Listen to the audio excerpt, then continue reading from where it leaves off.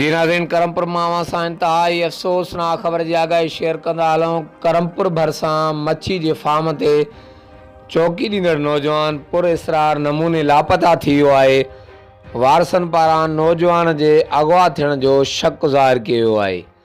जी नाज़रीन, करमपुर मावा सां इंतहाई अफ़सोसनाक ख़बर जी आगाही शेयर कंदा हलूं। करमपुर भरिसां करमपुर थाणे जी हद ॻोठ मोहम्मद अज़ीम बिजाणी में अनवर अली मीराणी जे मच्छी जे फार्म ते चौकी ॾींदड़ चौकीदार 35 वेरनि जो नौजवान ख़ुदादाद मीराणी पुरइसरार नमूने लापता थी वियो आहे, जॾहिं त वारसनि पारां नौजवान जे अगवा थियण जो शक ज़ाहिर कयो वियो आहे। वाक़े जो इतलाउ करमपुर पुलिस खे ॾिनो वियो आहे। जी नाज़रीन, करमपुर मावा सां इंतहाई अफ़सोसनाक ख़बर जी आगाही शेयर कंदा हलूं त करमपुर भरिसां करमपुर थाणे जी हद ॻोठ मोहम्मद अज़ीम बिजाणी में अनवर अली मीराणी जे मच्छी जे फार्म ते चौकी ॾींदड़ चौकीदार 35 वेरनि जो नौजवान ख़ुदादाद मीराणी पुरइसरार नमूने लापता थी वियो आहे, जॾहिं त मच्छी जे फार्म मालिक ऐं वारसनि पारां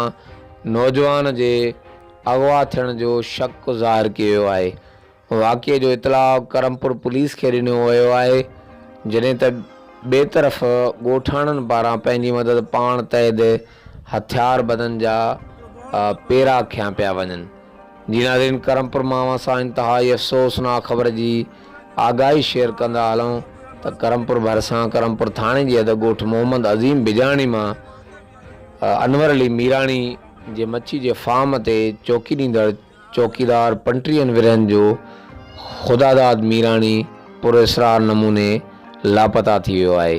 ख़ुदादाद मीराणी जो तालुक़ करमपुर जे ॻोठ चनेसर मीराणी सां ॿुधायो पियो वञे, जॾहिं त मच्छी जे फार्म मालिक ऐं नौजवान जे वारसनि पारां नौजवान जे अगवा थियण जो शक ज़ाहिर कयो वियो आहे।